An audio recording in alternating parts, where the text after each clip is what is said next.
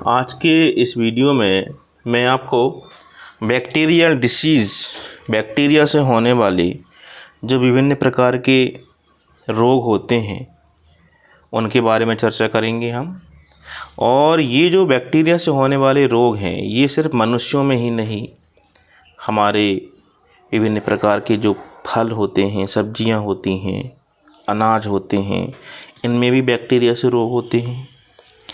Animals में भी बैक्टीरियों के कारण रोग होते हैं।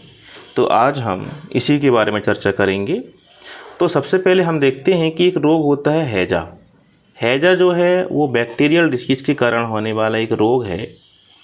और ये जो हैजा है ये विब्रियो कोलेरी नामक बैक्टीरिया से होता है, विब्रियो कोलेरी नामक। दूसरा होता है, एक सुना है आपने, डिप्थेरिया नामक रोग। डिप्थेरिया जो रोग होता है वह होता है कोरिनोबैक्टीरियम डिप्थेरी। ऐसे ही नाम आते हैं और कि ये जो डिसीज़ है ये किस बैक्टीरिया के कारण होता है। ये एग्ज़ाम के पॉइंट ऑफ व्यू से बहुत इम्पॉर्टेंट है और मैं एग्ज़ाम की दृष्टि से ये वीडियो बना रहा हूँ, आप लोगों के कारण, आप लोगों के लिए बना रहा हूँ। तो देखिए, तीसरा हमारा है, एक होता है लिप्रोसी, जिसे हम कुष्ठ रोग कहते हैं या हैंसेंस के नाम से भी ये कभी कभी एग्जाम में पूछता है। तो ये जो रोग होता है वह होता है माइकोबैक्टीरियम लेप्री नामक बैक्टीरिया से। फिर है हमारे पास में प्न्यूमोनिया।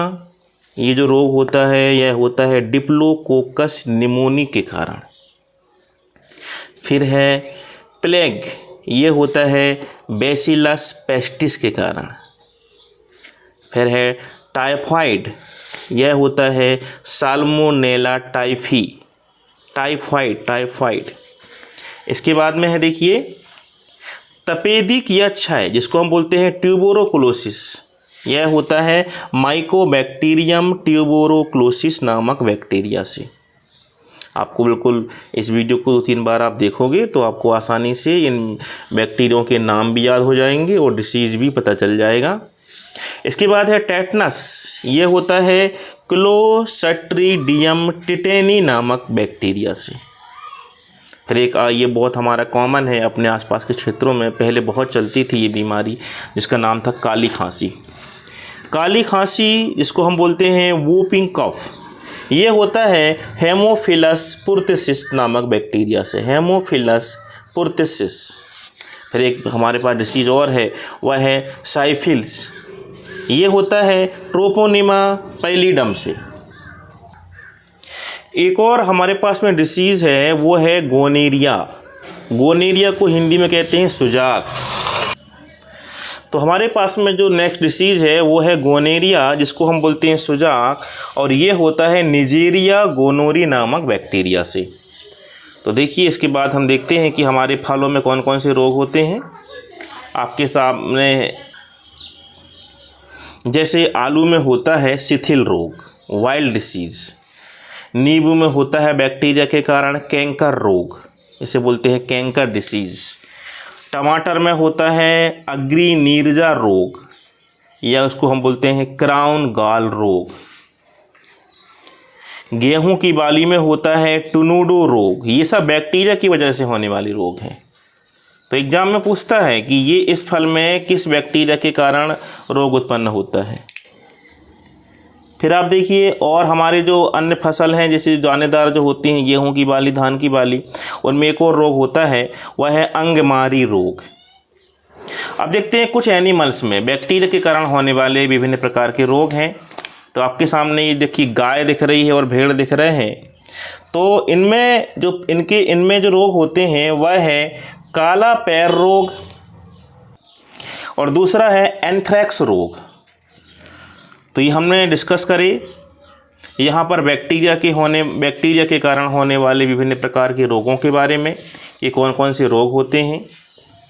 अब हम कुछ इम्पोर्टेंट फैक्ट्स देखते हैं। बैक्टीरिया के इम्पोर्टेंट फैक्ट्स क्या हैं, पॉइंट बाय देखते हैं।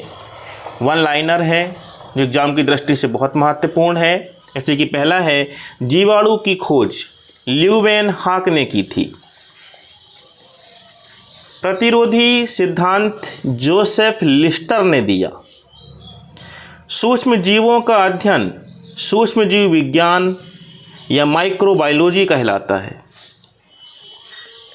जीवाणुओं का अध्ययन बैक्टीरियोलॉजी कहलाता है।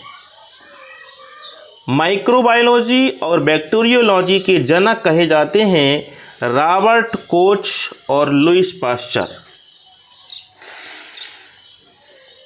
जीवाणु कोशिका का माइटोकॉन्ड्रिया मीसोसोम को कहा जाता है।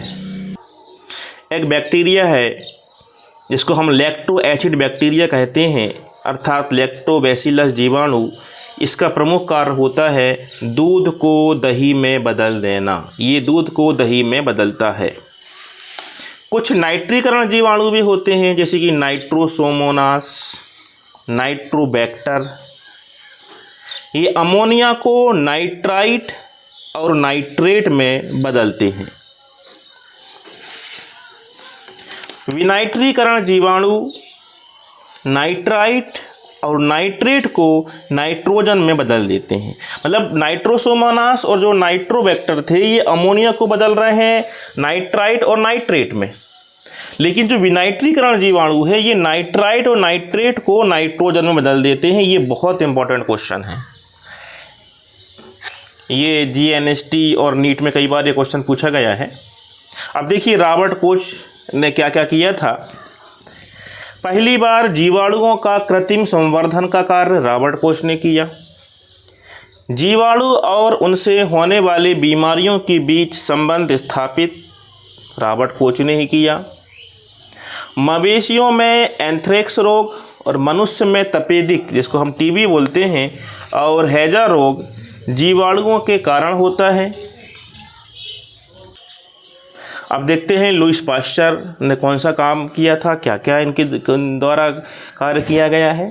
तो पहला है बीमारियों का सूक्ष्मजीव सिद्धांत लुईस पाश्चर के द्वारा ही दिया गया था। ये पहला पॉइंट है।